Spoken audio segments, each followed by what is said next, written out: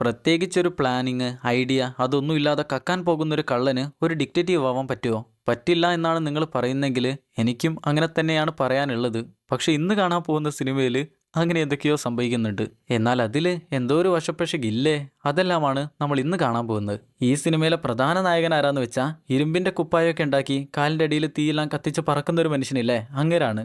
അങ്ങേര് തീയെല്ലാം കത്തിച്ച് പറക്കാൻ തുടങ്ങിയതിന്റെ 3 കൊല്ലം മുന്നേയുള്ള ഒരു സിനിമയാണ് ഈ സിനിമ.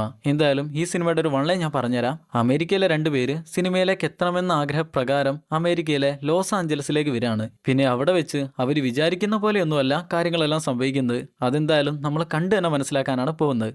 എന്നാൽ പിന്നെ നമുക്ക് 2005 റിലീസ് ചെയ്ത കിസ് കിസ് ബാങ് ബാങ് എന്ന സിനിമയുടെ കഥ കേൾക്കാം.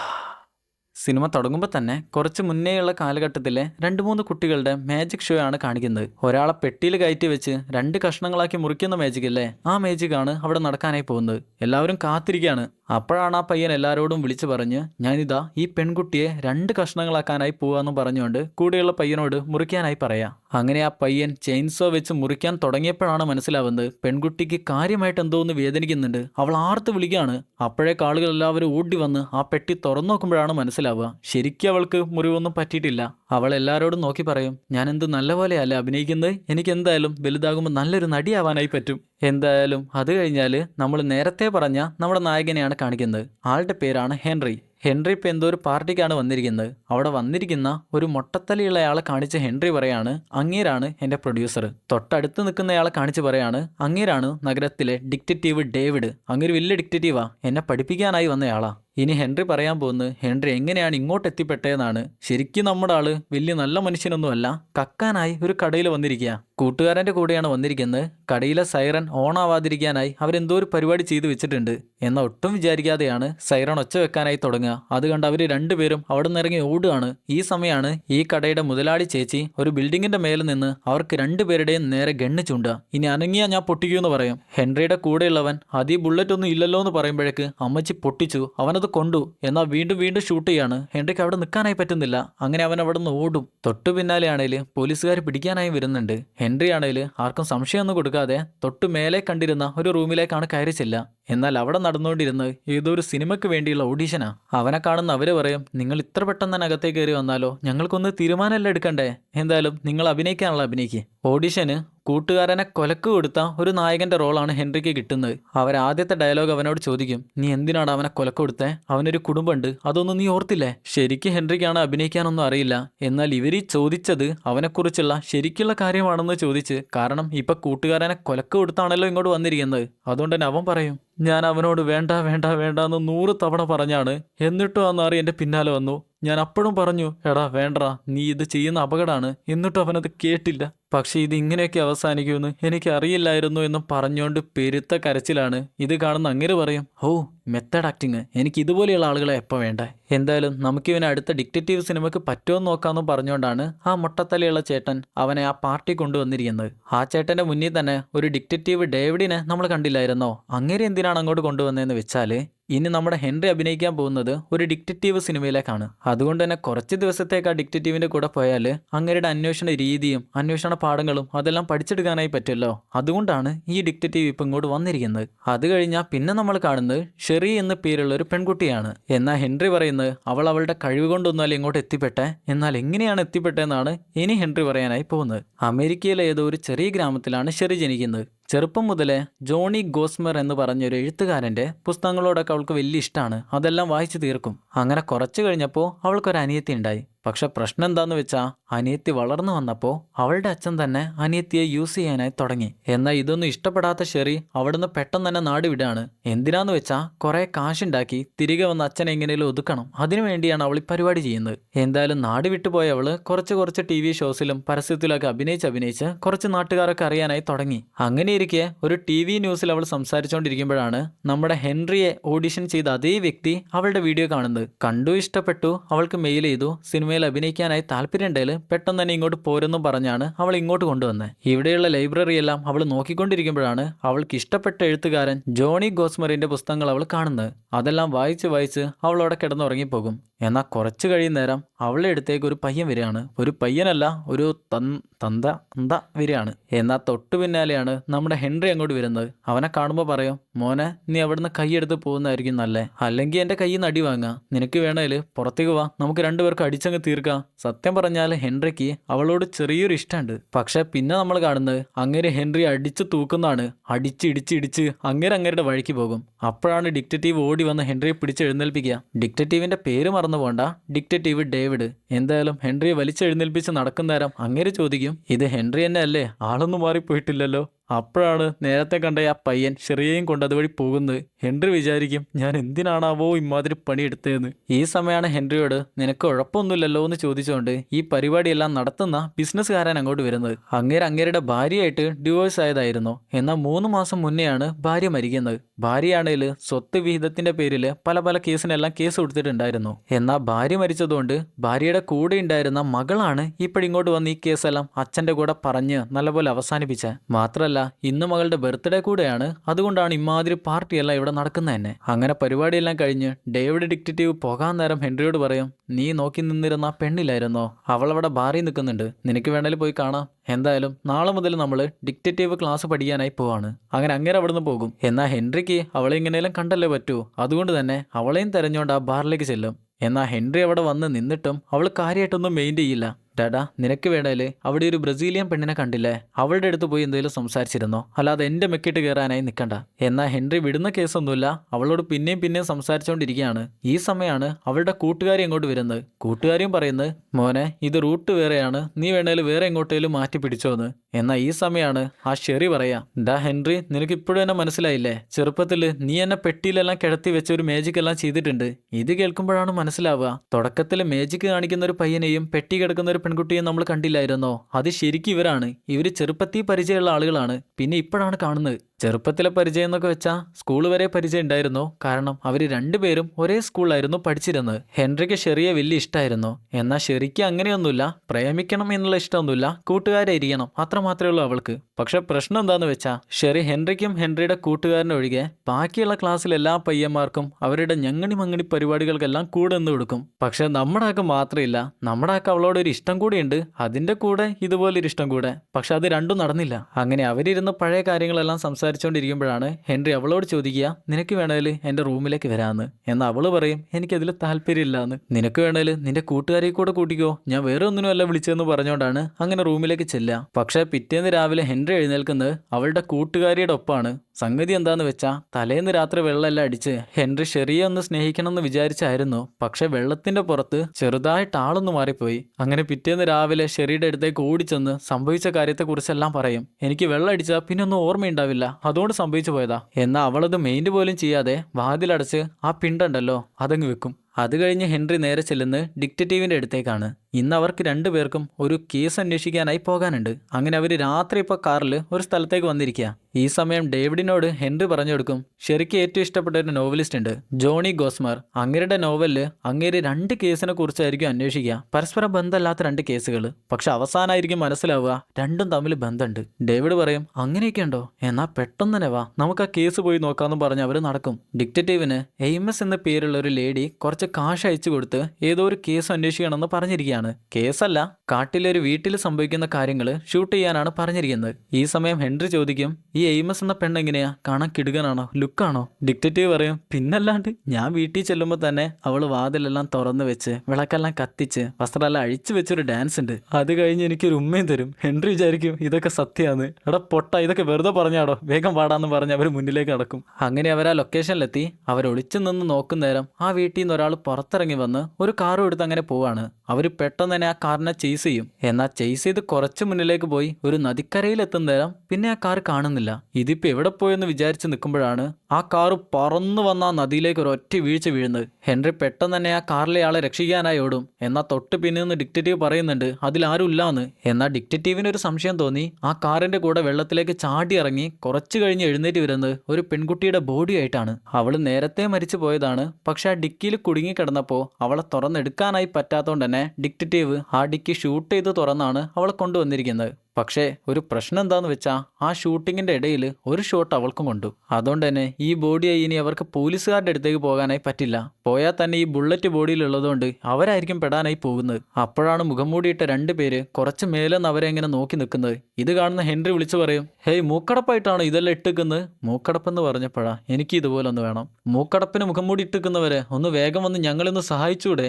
എന്നാൽ ശരിക്കും അവരാണ് ഇമാതിരി പരിപാടിയെല്ലാം ചെയ്തു വെച്ചിരിക്കുന്നത്. ഹെൻറിക്കാണെ അത് മനസ്സിലാക്കാനുള്ള ബുദ്ധി പോലും ഇല്ല. ഡിക്റ്റേറ്റീവ് പറയും, നമ്മൾ ഇനി ഇവിടെ നിന്നാല് വിചാരിക്കുന്ന പോലെയല്ല നമ്മളായിരിക്കും പെടാൻ പോകുന്നത്. അങ്ങനെയെങ്കിൽ പെട്ടെന്ന് തന്നെ പോകാമെന്ന് പറഞ്ഞുകൊണ്ട് ഹെൻറി അങ്ങേരുടെ ഗണ്ണെടുത്ത് ആ നദിയിലേക്ക് വലിച്ചെറിയും. അങ്ങേര് ചോദിക്കും, നീ എന്തിനാടാ ആ ഗണ്ണെടുത്ത് നദിയിലേക്ക് വലിച്ചെറിഞ്ഞ? ഇനി പോലീസുകാർ വന്ന് ഇവിടെ അന്വേഷിച്ച് ആ ഗണ്ണ് കിട്ടിയാൽ പിന്നെ ഞാനല്ലേ പെടാൻ പോകുന്നത്? എന്നാ ഹെൻറി പറയും, അങ്ങനെയൊന്നും വരാൻ വഴിയില്ലല്ലോ, ഞാനിങ്ങനെയൊക്കെയാ ചെയ്യാറ്. എങ്ങനാണേലും അവനെയും പിടിച്ച് കാറിൽ കയറ്റി അന്ന് രാത്രി അവര് 2 പേരും അവിടെ നിന്ന് രക്ഷപ്പെടും. കാറിൽ നിന്ന് പുറത്തിറങ്ങി റൂമിലേക്ക് പോകാൻ നിൽക്കുമ്പോഴാണ് ഹെൻറിക്ക് പോലീസുകാരുടെ കയ്യിൽ നിന്ന് ഒരു കോള് വരുന്നത്. നമ്മുടെ ഷെറി ഇല്ലായിരുന്നോ, അവൾ ആത്മഹത്യ ചെയ്തു എന്നാണ് പറയുന്നത്. ഇത് കേൾക്കുമ്പോൾ തന്നെ ഹെൻറിക്ക് തീരെ സഹിക്കാനായി പറ്റില്ല. കുറെ കാലങ്ങൾക്ക് ശേഷം അവൾ ഇപ്പോഴാണോന്ന് കണ്ടേ, പക്ഷെ അതെല്ലാം കൂടെ ഇങ്ങനെയാണ് അവസാനിക്കുകയും ചെയ്തേ. അങ്ങനെ അവൻ നേരെ റൂമിലേക്ക് ചെന്ന് അതിനെക്കുറിച്ചെല്ലാം ചിന്തിച്ചോണ്ട് നിൽക്കുമ്പോഴാണ് വാതിലിനാരോ മുട്ടുന്നത്. അവൻ ചെന്ന് തുറന്നു നോക്കുന്നേരം കാണുന്നത് ഷെറിയാണ് മുന്നിൽ വന്നിരിക്കുന്നത്. അവള് പറയും, എന്റെ അനിയത്തെ ആത്മഹത്യ ചെയ്തു, അവൾ ഈ ലോസ് ആഞ്ചലസിൽ തന്നെ ഉണ്ടായിരുന്നു, ഞാൻ വിചാരിച്ചിരുന്നത് അവൾ നാട്ടിലാന്നാ. ഷെറി പറയുന്ന അവളുടെ അനിയത്തിയെ മനസ്സിലായില്ലേ?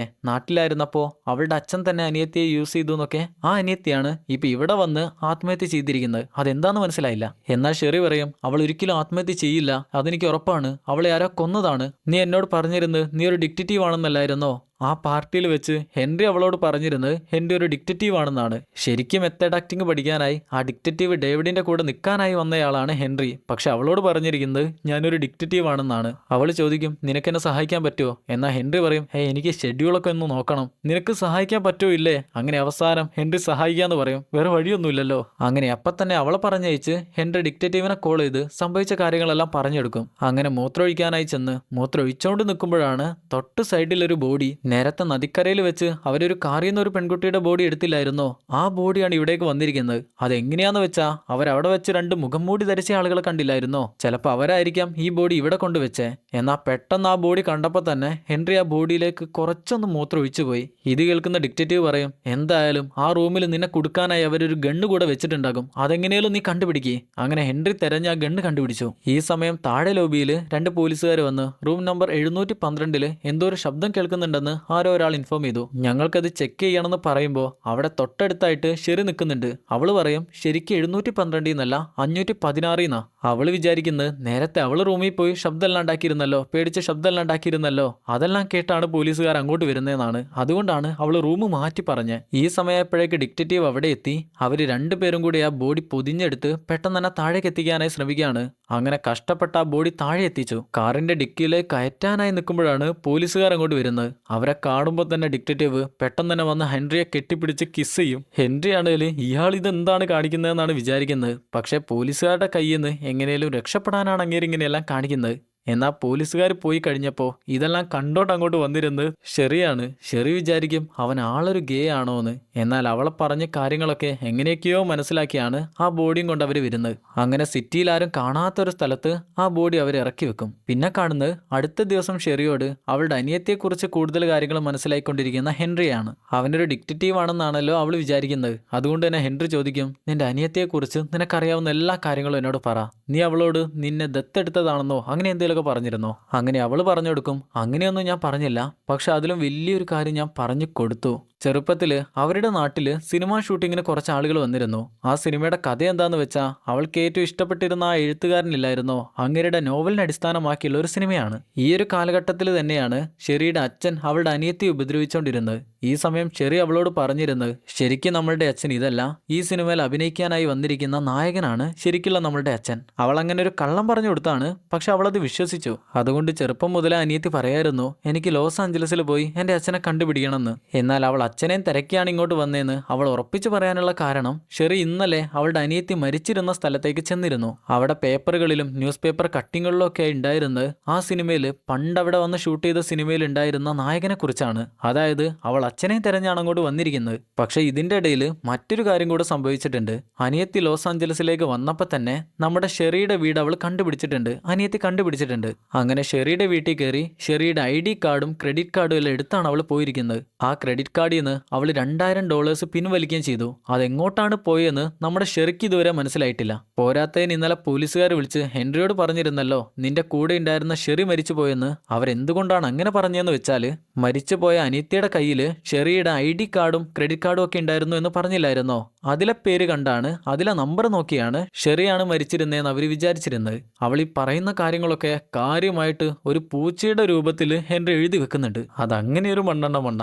എന്നാൽ ഇന്നേരത്താണ് ഡിറ്റക്റ്റീവ് വിളിച്ചു പറയാ, ഹെൻറി നീ പെട്ടെന്ന് ന്യൂസ് ഒന്ന് നോക്ക്. കേൾക്കുമ്പോൾ തന്നെ ഹെൻറി ചെന്ന് നോക്കും. അപ്പോഴാണ് കാണുക അവർ ഇന്നലെ ഉപേക്ഷിച്ചിരുന്ന ആ ബോഡി ഇല്ലായിരുന്നോ, അതിപ്പോ പോലീസുകാർക്ക് കിട്ടി. ഈ മരിച്ചിരിക്കുന്ന പെൺകുട്ടി ആരാന്ന് വെച്ചാ നേരത്തെ പാർട്ടിയെല്ലാം നടത്തിയിരുന്ന ഒരു ബിസിനസ്സുകാരനില്ലായിരുന്നോ, ഭാര്യയെല്ലാം ഡിവോഴ്സ് ചെയ്ത് പോയിരുന്ന അങ്ങേരുടെ മകളാണ്. നേരത്തെ നമ്മൾ പറഞ്ഞാണ് അമ്മ മരിച്ചു പോയതിനു ശേഷം അമ്മയും അച്ഛനും തമ്മിലുള്ള തർക്കങ്ങളെല്ലാം അവസാനിപ്പിച്ചത് അവളാണെന്ന്, ആ കേസ് അവസാനിപ്പിച്ചത് അവളാണെന്ന്. അവളാണിപ്പോൾ മരിച്ചിരിക്കുന്നത്. പിറ്റേന്ന് രാവിലെ തന്നെ ഡിറ്റക്റ്റീവ് ഡേവിഡ് ഹെൻറിയെ വിളിച്ച് നീ ഇപ്പം തന്നെ നാട് വിട്ടോ, നീ ഇവിടെ നിൽക്കുന്നത് സേഫ് അല്ലാന്ന് പറയാ. എന്നാ ഹെൻറി പറയുന്നത് ഞാനിവിടുന്ന് പോകുന്നില്ല എന്നാ. എനിക്ക് മറ്റന്നാൾ സ്ക്രീൻ ടെസ്റ്റ് ഉള്ളതാ. അതായത് ഹെൻറി ഇങ്ങോട്ട് അഭിനയിക്കാനായി വന്നിരിക്കുകയാണല്ലോ.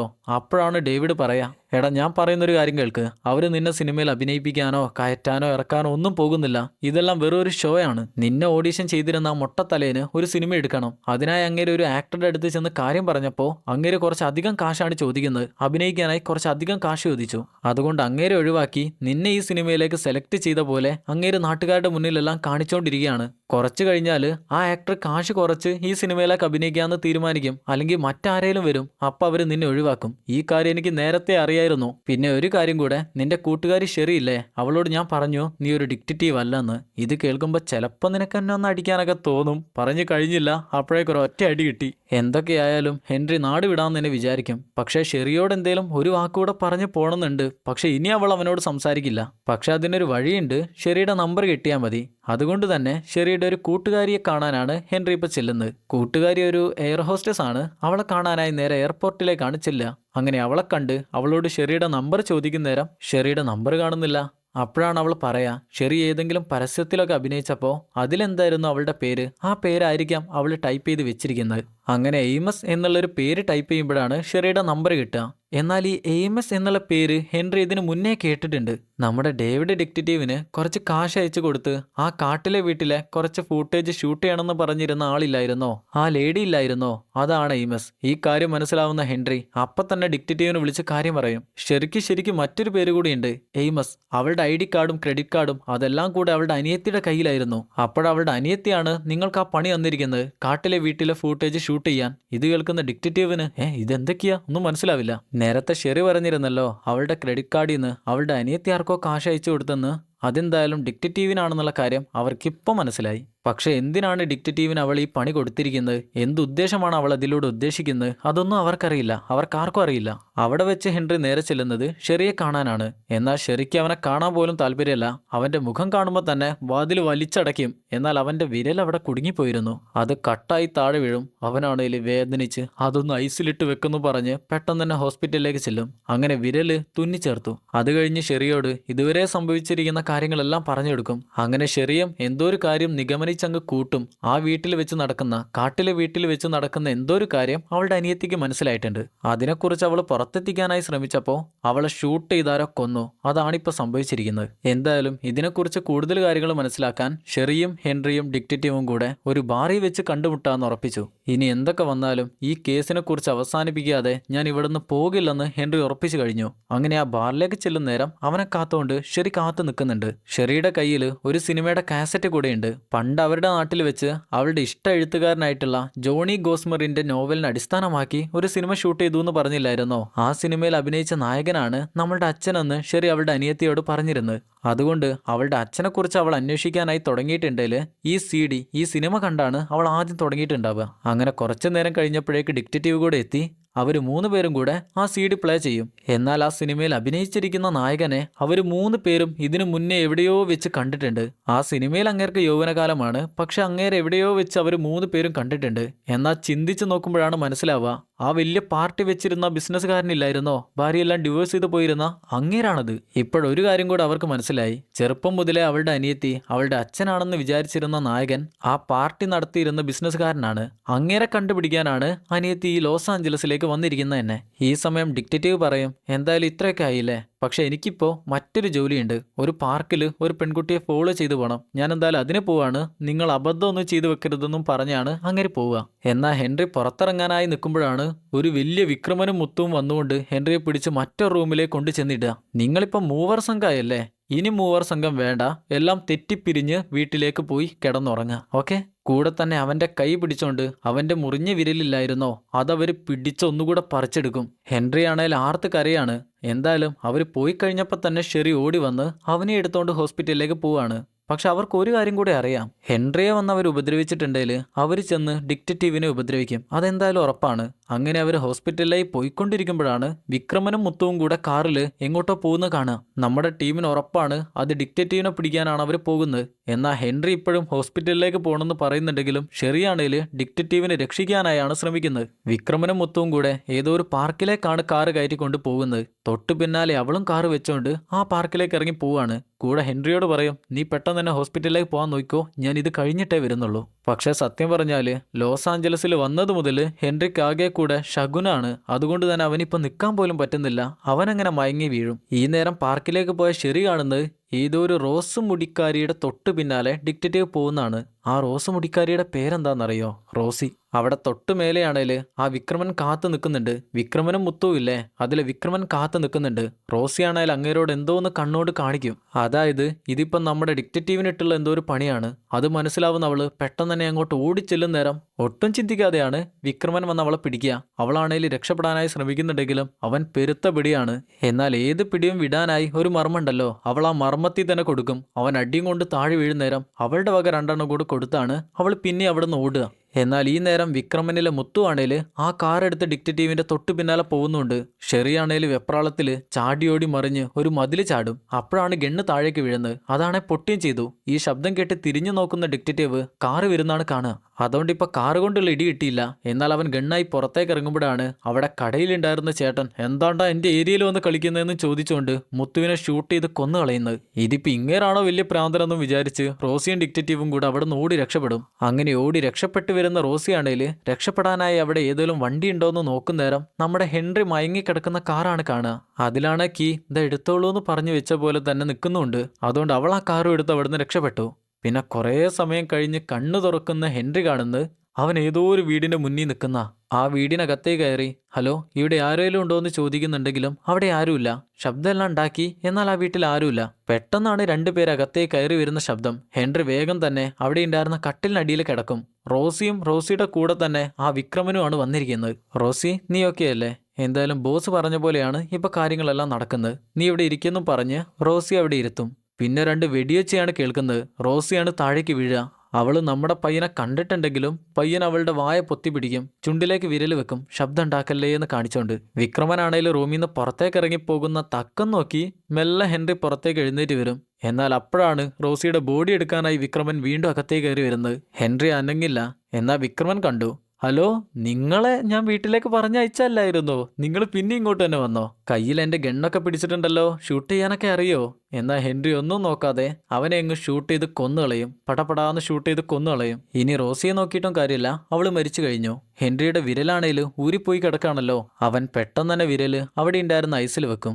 എന്നിട്ട് കൈ കഴുകിക്കൊണ്ടിരിക്കുമ്പോഴാണ് ആ വീട്ടിലുണ്ടായിരുന്ന നായ വന്ന് വിരലെടുത്ത് വായിലാക്കുന്നത്. ഇത് കാണുന്ന ഹെൻറി, പൊന്നു മോനെ, നീ അത് കഴിക്കല്ലേ, എൻ്റെ കയ്യിലേക്ക് തന്നെ വെച്ചു തായോ പ്ലീസ് എന്ന് പറയും. എന്നാൽ ഇന്നേരത്താണ് ഡിക്റ്റേറ്റീവ് വിളിച്ച് നീ പെട്ടെന്ന് തന്നെ ഇങ്ങോട്ട് വാന്ന് പറയാ. ഹെൻറി പറയും, ഞാൻ ആ കിഡ്നാപ്പറിന്റെ വീട്ടിലാണ് ഇപ്പോഴുള്ളത്. ഞാൻ അവനെ ഷൂട്ട് ചെയ്ത് കൊന്നു.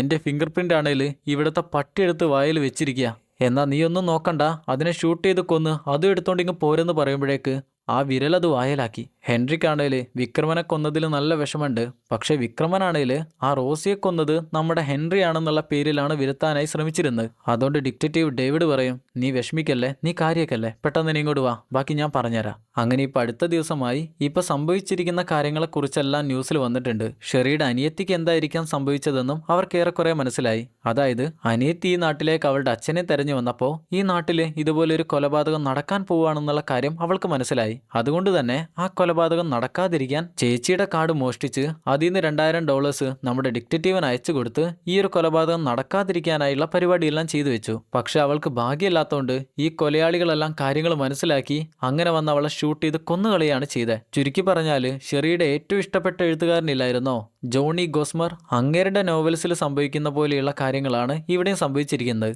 പരസ്പരം ബന്ധമില്ലാത്ത 2 കേസുകൾ, എന്നാൽ അന്വേഷിച്ച് വന്ന അവസാനമായപ്പോൾ കേസുകൾ തമ്മിൽ ബന്ധമുണ്ട്. അതുപോലെ എന്നാൽ ഷെറി ചോദിക്കും, എൻ്റെ അനിയത്തി നിങ്ങൾക്ക് കാശ് തന്നിരിക്കുന്നത് ഈ കേസിനെ കുറിച്ച്, കൊല്ലപ്പെട്ടു പോയ പെൺകുട്ടിയെക്കുറിച്ച് കൂടുതൽ കാര്യങ്ങളെല്ലാം മനസ്സിലാക്കാനല്ലേ, നിങ്ങൾ അതിനെക്കുറിച്ച് ഇനിയും അന്വേഷിക്കുന്നില്ലേ എന്ന് ചോദിക്കും. എന്നാൽ അങ്ങേര് പറയും, നിന്റെ അനിയത്തി മരിച്ചു പോയില്ലേ, പിന്നെ ഞാൻ ഈ കേസിനെ കുറിച്ച് പഠിച്ചിട്ട് എന്ത് കാര്യം, അതുകൊണ്ട് ആ കാശ് ഞാൻ നിന്റെ അക്കൗണ്ടിലേക്ക് തന്നെ തിരിച്ചു തരാനായി പോവുക. എന്നാൽ അവൾ പറയും, എനിക്കതിൻ്റെ ആവശ്യമില്ല, നിങ്ങൾ ഈ കേസിനെ കുറിച്ച് ഇനിയും പഠിക്കേ.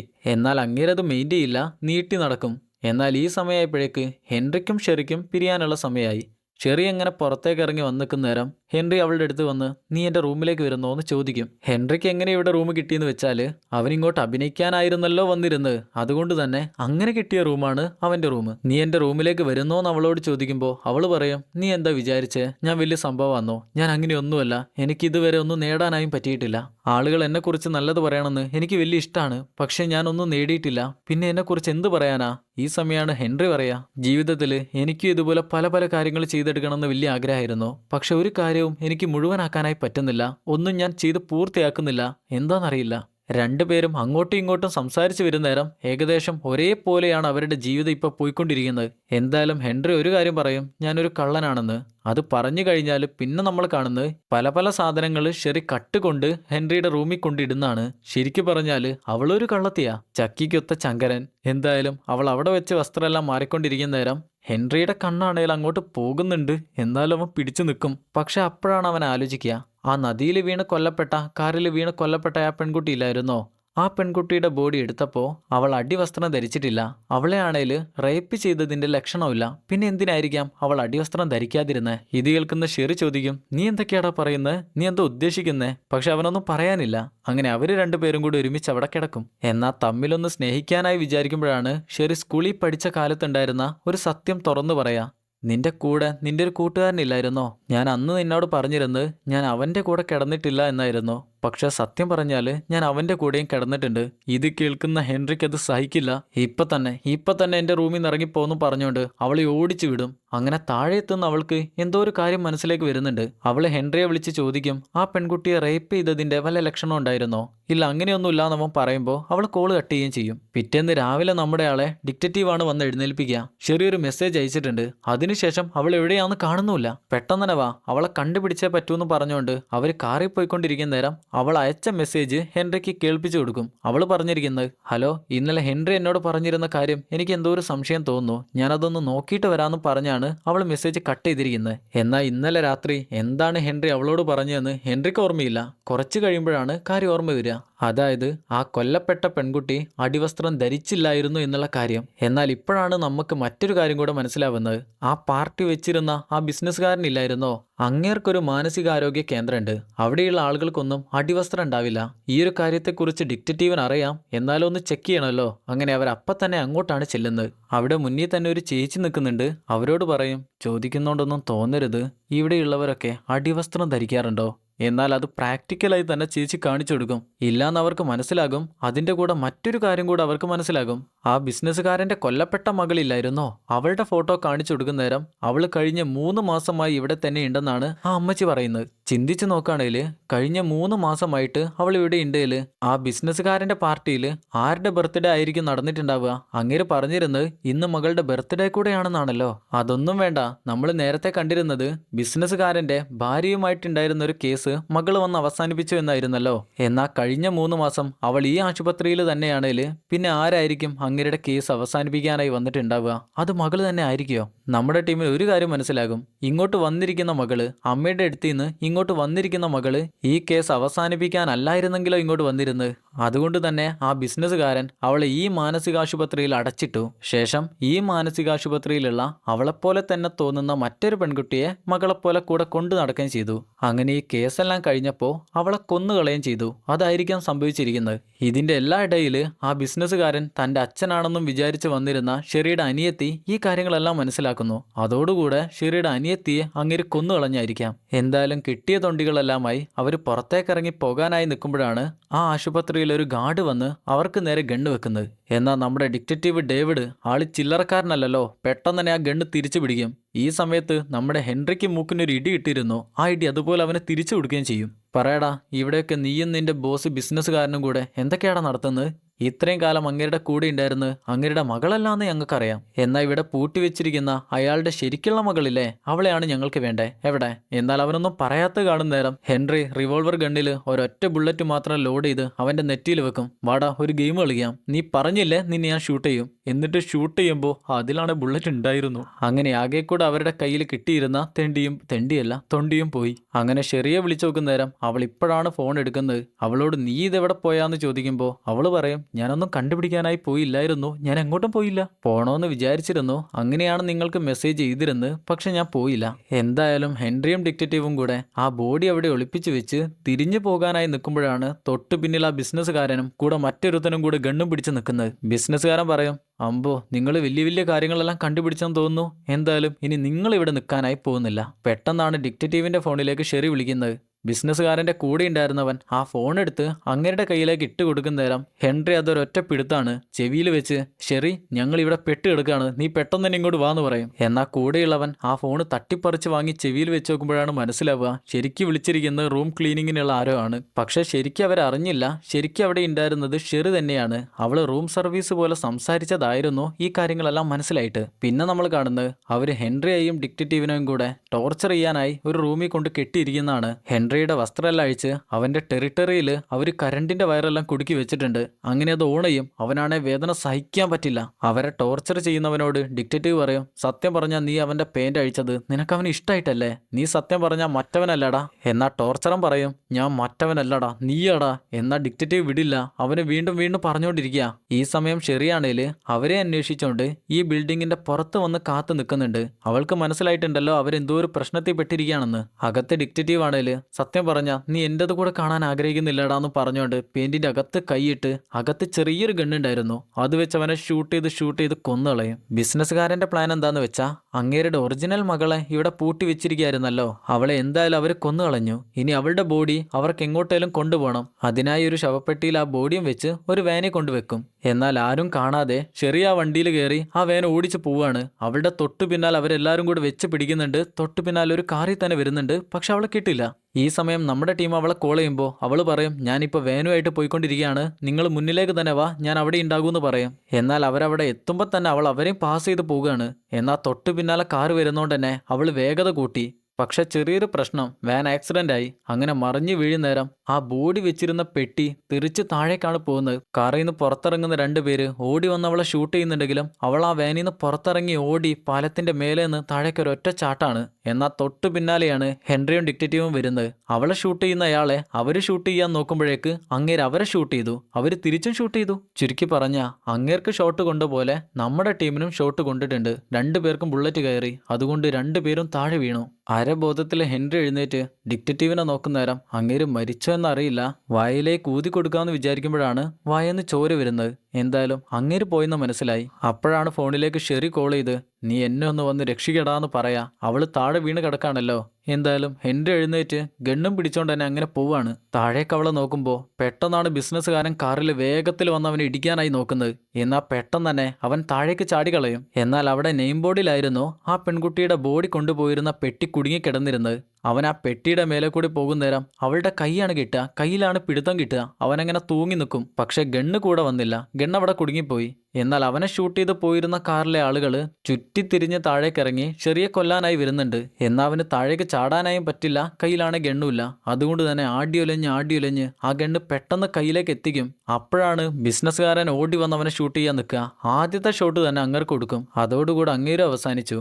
പിന്നെ കാർ ഇങ്ങനെ വന്നുകൊണ്ടിരിക്കുകയാണല്ലോ ഷെറിയെ കൊല്ലാനായി. അതുകൊണ്ട് തന്നെ ആ കാറിലെ ഡ്രൈവറെ നോക്കി അവൻ ഷൂട്ട് ചെയ്യും. അത് കഴിഞ്ഞ് ആ കാറിന് മേലേക്ക് ഒരൊറ്റ വീഴ്ചയാ. പുറത്തേക്ക് ഇറങ്ങി വന്നവൻ ആദ്യം തന്നെ കൊന്നുകളയും. അത് കഴിഞ്ഞാൽ അകത്തെ ഡ്രൈവർ മരിച്ചിട്ടില്ല, അങ്ങേര് റൂഫിലേക്ക് നോക്കിയാണ് ഷൂട്ട് ചെയ്യുന്നത്. പെട്ടെന്ന് തന്നെ തിരിഞ്ഞിറങ്ങി അങ്ങേരെയും ഷൂട്ട് ചെയ്ത് കൊന്നുകളയും. അങ്ങനെ നേരെ ഷെറിയുടെ അടുത്തേക്കാണ് ചെല്ലുക. അവളാണെ മരിച്ചിട്ടൊന്നുമില്ല, അവൾക്ക് വലിയ കുഴപ്പമൊന്നുമില്ലല്ലോ. ഹെൻറിയുടെ പോക്കറ്റിൽ അവളുടെ ഇഷ്ട എഴുത്തുകാരൻ്റെ നോവൽ ഉണ്ടായിരുന്നു. ആ നോവലിലായിരുന്നു ഷോട്ട് കൊണ്ടിരുന്നത്. അതുകൊണ്ട് തന്നെ ബുള്ളറ്റ് വലിയ ആഴത്തിലേക്ക് പോയിട്ടില്ല. പിന്നെ കണ്ണു തുറക്കുന്ന നേരം ഹെൻറി അങ്ങനെ ഹോസ്പിറ്റലിൽ കിടക്കാണ്. തൊട്ടടുത്തായി തന്നെ ഷെറിയും കൂടെ ഉണ്ട്. കുറച്ച് കഴിയുമ്പോഴാണ് അങ്ങോട്ട് ഡിക്റ്റേറ്റീവും വരുന്നത്. അങ്ങേരും മരിച്ചിട്ടില്ല.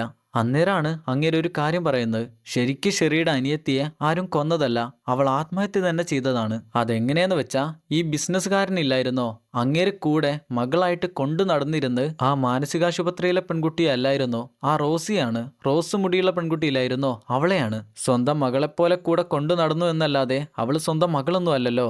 അതുകൊണ്ട് തന്നെ അങ്ങേര് അവളെ യൂസ് ചെയ്യാനായി തുടങ്ങിയിരുന്നു. എന്നാൽ ഈ സമയത്താണ് തന്റെ അച്ഛനെയും തെരഞ്ഞുകൊണ്ട് ഷെറിയുടെ അനിയത്തി ഇങ്ങോട്ട് വരുന്നത്. എന്നാ വന്നിരിക്കുന്ന അനിയത്തി കാണുന്നത്, അതായത് അവളുടെ അച്ഛനെന്ന് വിചാരിക്കുന്ന ആ ബിസിനസ്സുകാരന്റെ കൂടെ കാണുന്നത് റോസിയാണല്ലോ. അതുകൊണ്ട് തന്നെ അവൾ വിചാരിച്ചിരുന്നത് ആ റോസി അങ്ങേരുടെ മകളാണെന്നാണ്. പക്ഷെ കുറച്ചു കഴിഞ്ഞപ്പോഴാണ് അവൾക്ക് മനസ്സിലാവുന്നത് റോസി അങ്ങേര് യൂസ് ചെയ്യാണെന്ന്. അതായത് സ്വന്തം മകളെ അങ്ങേര് യൂസ് ചെയ്യാണെന്ന്. സ്വന്തം മകളല്ല, പക്ഷെ അവളുടെ മനസ്സിൽ റോസിയാണ് അങ്ങേരുടെ മകളെന്നാണ്. എന്നാൽ അനിയത്തിയെ സംബന്ധിച്ച് അവളുടെ ആദ്യത്തെ അച്ഛൻ എങ്ങനെയായിരുന്നോ അതേപോലെ തന്നെയാണ് ഈ ഒരു അച്ഛനും. അതുകൊണ്ട് തന്നെ ചെറുപ്പത്തിലുണ്ടായിരുന്നൊരു ട്രോമ അവൾക്ക് വലുതായി വന്നു. അതോടുകൂടെ അവൾ ആത്മഹത്യ ചെയ്തു. എന്നാൽ ഈ ഒരു കാര്യം പുറത്തു കൊണ്ടുവരാനായി അവൾ ആ ഡിക്റ്റേറ്റീവിന് $2000 കൊടുത്ത് ഈ ഒരു പണി ഏൽപ്പിച്ച് കൊടുക്കുകയും ചെയ്തു. അതൊക്കെയാണ് ഇവിടെ സംഭവിച്ചിരിക്കുന്നത്. പിന്നെ നമ്മൾ കാണുന്നത് ദിവസങ്ങൾക്ക് ശേഷം ഷെറിയുടെ അച്ഛനെ കാണാനായി ചെന്നിരിക്കുന്ന ഡിക്റ്റേറ്റീവിനെയാണ്. നിങ്ങളുടെ മകളെ നിങ്ങൾ നല്ലപോലെ നോക്കിയിരുന്നോ എന്ന് ചോദിക്കുമ്പോൾ അങ്ങേര് പറയും, അതെ ഞാൻ അവളെ നല്ലപോലെ നോക്കിയിരുന്നു. എന്നാൽ പെട്ടെന്നാണ് അവൻ മോന്തക്കിട്ട് ഒരു ഒറ്റ അടി കൊടുക്കുക. അങ്ങേര് എന്താന്ന് ചോദിക്കുന്നതിന് മുന്നേ അടുത്തതുകൂടെ കൊടുക്കും. എന്നാലും നിർത്തില്ല, 2 കൂടെ കൊടുത്താണ് അവൻ എഴുന്നേൽക്കുക. അന്നേരം അങ്ങേര് പറയും, ഒരു കിളവന്റെ മുഖത്തടിച്ചിട്ട് വലിയ കാര്യമാണെന്നാണോ നീ വിചാരിക്കുന്നത് എന്ന് അവൻ പറയും. ഒന്നും ചെയ്യാൻ പറ്റാത്ത ചെറിയ പെൺകുട്ടിയോട് നീ കാണിച്ചിരുന്നതെല്ലാം വലിയ കാര്യമായിരുന്നോ? അതും ചോദിച്ചുകൊണ്ടാണ് ഡിക്റ്റേറ്റീവ് തിരിച്ചു വരുന്നത്. അങ്ങനെ അവസാനം ഡിക്റ്റേറ്റീവിന്റെ കൂടെ പുതിയ വാട്സനായി ചേർന്ന ഹെൻറിയെ കാണിച്ചുകൊണ്ട് കിസ് കിസ് ബാങ് ബാങ് എന്ന സിനിമ അവസാനിക്കുന്നു. ഒരു സിനിമയിൽ അഭിനയിക്കാൻ പോയവന് എന്തൊക്കെയല്ലേ സംഭവിച്ചിരിക്കുന്നത്.